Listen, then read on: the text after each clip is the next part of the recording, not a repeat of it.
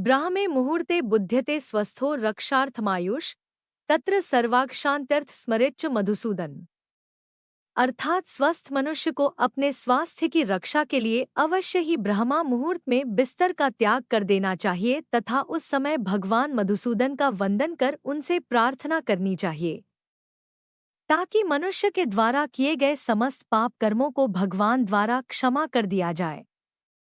नमस्कार परम मित्रों, आपका डिजिटल महात्मा जी चैनल में हार्दिक स्वागत है, जहां आध्यात्म और ज्ञान की रोशनी मिलती है डिजिटल युग की दिशा से। यदि आप पहली बार हमारे साथ जुड़ रहे हैं तो चैनल को सब्सक्राइब जरूर करें और घंटी दबाएं ताकि हर नई ज्ञानवर्धक और प्रेरणादायक कथा सबसे पहले आप तक पहुंचे। आज की कथा विशेष है। इसमें छिपा है एक अनमोल संदेश जो आपके मन और जीवन दोनों को छू जाएगा। तो आइए बिना किसी विलंब के आरंभ करते हैं आज की आध्यात्मिक यात्रा। सुनिए, समझिए और आत्मसात कीजिए। हमारे सनातनी धर्म शास्त्रों में वर्णित दिव्य ज्ञान के माध्यम से अपनी इस प्रस्तुति में हम आपको ब्रह्मा मुहूर्त एवं ब्रह्मा मुहूर्त में होने वाले लाभ तथा ब्रह्मा मुहूर्त की अद्भुत महिमा, इन सभी विषयों के संदर्भ में एक छोटी सी जानकारी देने का प्रयास कर रहे हैं। हमारे सनातन धर्म में ब्रह्मा मुहूर्त का एक विशेष महत्व है। ब्रह्मा का अर्थ है परमात्मा तथा मुहूर्त का अर्थ हुआ समय, अर्थात परमात्मा का समय। ब्रह्मा मुहूर्त में ही इस भूलोक पर सकारात्मक ऊर्जा का प्रवाह अधिक रहता है। साथ ही इसका लाभ धीमे जागने पर शरीर में नई उमंग एवं ऊर्जा का संचार भी अधिक होता है। ब्रह्मा मुहूर्त में समस्त देवी देवता पृथ्वी पर भ्रमण करते हैं। ऐसे में देवी देवताओं को प्रसन्न करने के लिए इस अवधि में कुछ विशिष्ट तथा एकांतिक कार्य करने की सलाह दी जाती है। इसी के सम्मुख शास्त्रों के अनुसार कुछ ऐसे कार्य भी हैं जिन्हें ब्रह्मा मुहूर्त में कदापि नहीं करना चाहिए। आइए जानते हैं कि ब्रह्मा मुहूर्त की कालावधि कब से कब तक की होती है तथा इस समय कौन से कार्य श्रेष्ठ है एवं कौन से नहीं। रात्रि के चौथे व अंतिम पहर यानी उषा काल से लेकर तथा सूर्योदय से पहले तक का जो समय होता है उसे ब्रह्मा मुहूर्त कहा जाता है। 24 घंटे में 30 मुहूर्त होते हैं। 2 घड़ी अथवा 48 मिनट के कालखंड को एक मुहूर्त कहा जाता है। दिन व रात का 29वां भाग ब्रह्मा मुहूर्त कहलाता है। ब्रह्मा मुहूर्त का समय रात्रि के चौथे व अंतिम पहर से लगभग प्रारंभ हो जाता है तथा सूर्योदय तक पूर्णतः समाप्त हो जाता है।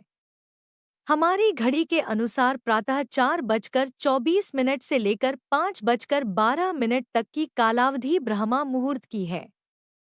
अर्थात मनुष्य को 4 से 5:30 के मध्य जागृत अवस्था में होना ही चाहिए। यह समय निद्रा त्याग के लिए सर्वोत्तम है। इस कालखंड में मनुष्य को किसी भी परिस्थिति में अवश्य ही अपने शय्या का त्याग कर देना चाहिए।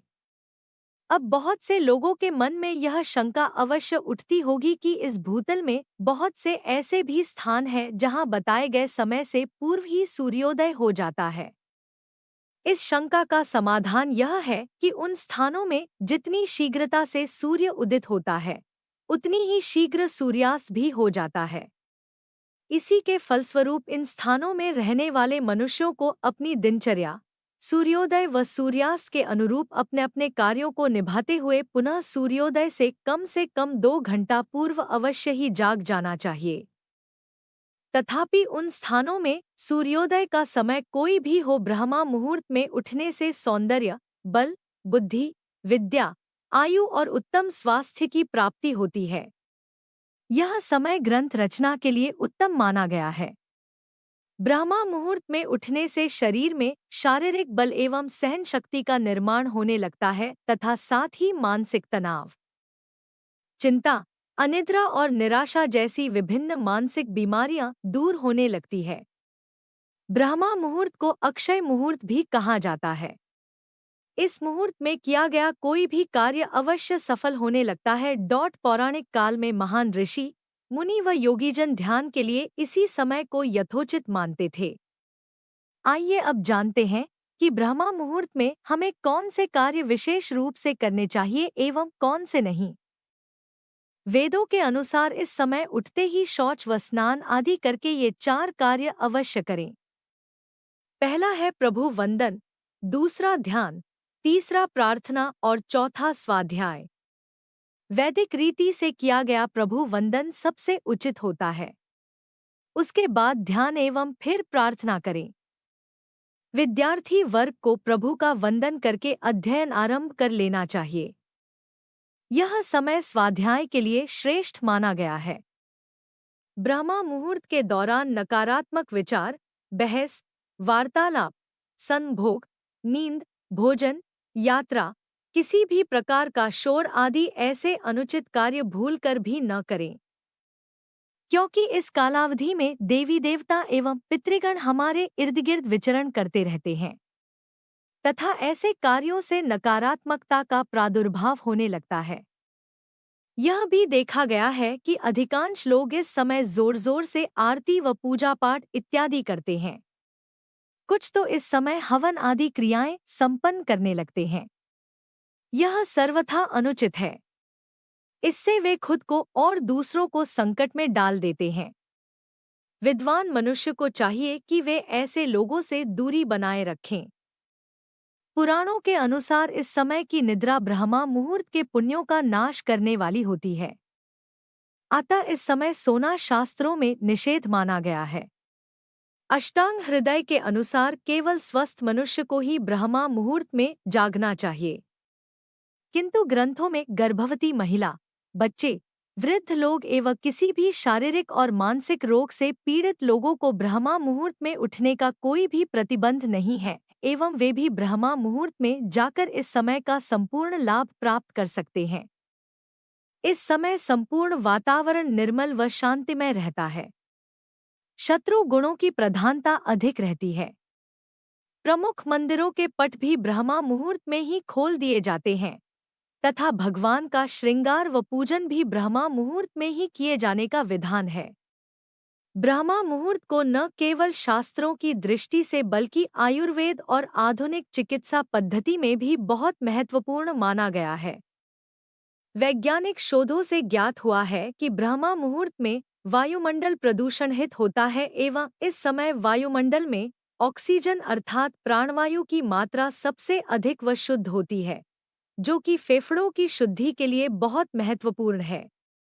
शुद्ध वायु मिलने से मन मस्तिष्क भी स्वस्थ रहता है तथा तरोताजगी व स्फूर्ति भी बनी रहती है। आयुर्वेद के अनुसार इस समय बहने वाली वायु को अमृततुल्य कहा गया है। इस समय उठकर टहलने से एवं व्यायाम आदि करने से शरीर में संजीवनी शक्ति का भी प्रवाह होता है एवं निरंतर ऐसा करने से शरीर कमल की भांति सुंदर हो जाता है। ब्रह्मा मुहूर्त के समय मन में कभी भी नकारात्मक भाव नहीं लाना चाहिए, अन्यथा नकारात्मक भावों का मन में उत्पन्न होने से आप पूरे दिन तनावग्रस्त रहेंगे, जिससे आपको मानसिक रूप से भी परेशानी हो सकती है। अंततः इस समय कोई भी बुरे भाव अपने मन में प्रकट न होने दे तथा इस समय बंदन, ध्यान, प्रार्थना, स्वाध्याय एवं व्यायाम इत्यादि करें। इस समय में शुभ कार्य करने से वह पूर्ण होते हैं और पूजा अर्चना करने से भगवान का विशेष आशीर्वाद प्राप्त होता है। तो यह थी ब्रह्मा मुहूर्त एवं ब्रह्मा मुहूर्त में होने वाले लाभ तथा ब्रह्मा मुहूर्त की एक अद्भुत महिमा। इन सभी विषयों के बारे में एक छोटी सी जानकारी।